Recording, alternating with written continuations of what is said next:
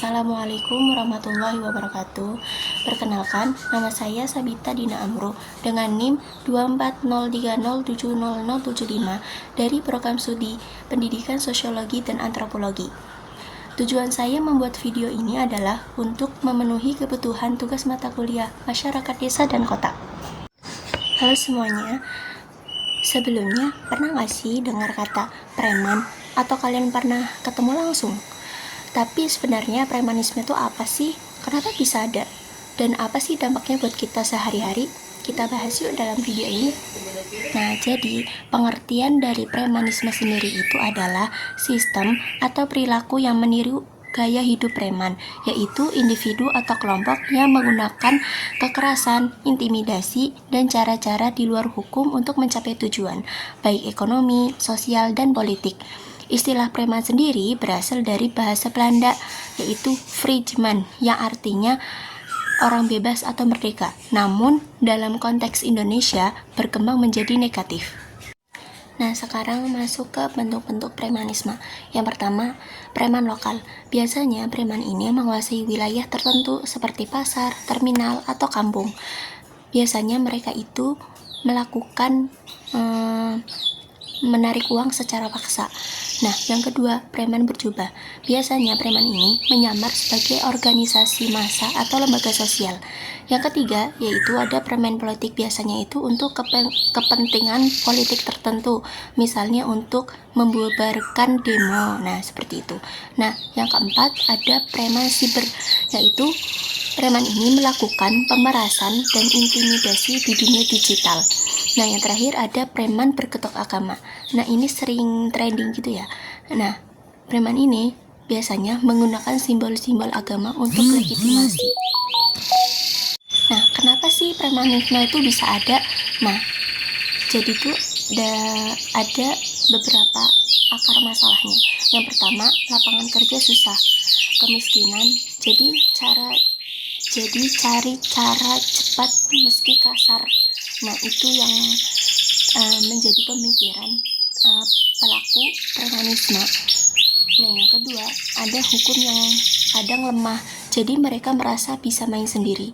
Nah, yang ketiga, biasanya preman itu dibayarin atau dilindungi oknum, baik pengusaha yang ilegal atau pejabat.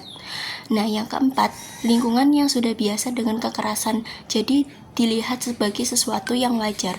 Nah, yang terakhir ada, mau dapetin kekuasaan atau pengaruh dengan instan gitu. Nah, selanjutnya apa sih dampaknya ke kita?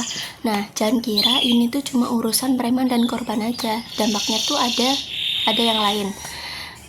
Yang pertama, harga barang jadi mahal karena ada biaya keamanan di pasar. Nah, yang kedua, kita nggak merasa aman di tempat umum. Nah, yang ketiga, usaha kecil susah berkembang karena biasanya usaha yang kecil itu diancam atau nggak diteror terus. Nah, yang keempat, hukum jadi seperti tidak ada artinya karena yang kuat menang. Nah, yang terakhir, rusaknya suasana masyarakat, penuh rasa saling curiga.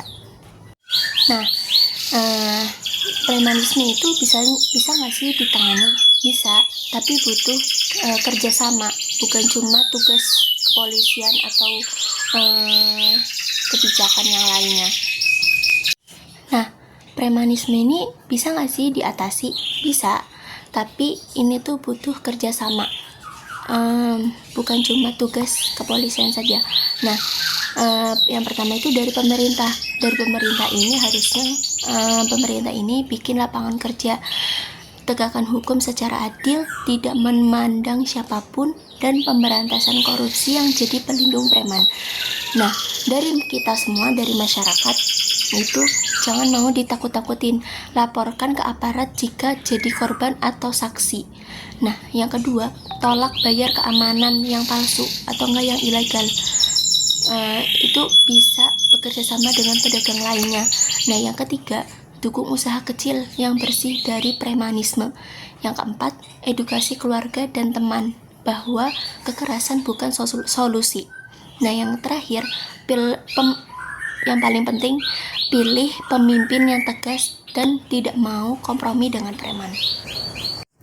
Nah, jadi kesimpulannya, premanisme bukan sekedar masalah kriminalitas biasa, melainkan fenomena sistemik yang berakar pada masalah sosial, ekonomi, politik yang kompleks. Penanganannya memerlukan pendekatan multidimensi yang melibatkan negara, masyarakat sipil, dan dunia usaha. Pencegahan melalui pendidikan, penciptaan lapangan kerja, dan penegakan hukum yang adil merupakan kunci untuk mengurangi praktik premanisme dalam jangka panjang. Jadi sekian penjelasan dari saya, kurang lebihnya mohon maaf. Wassalamualaikum warahmatullahi wabarakatuh. Dadah.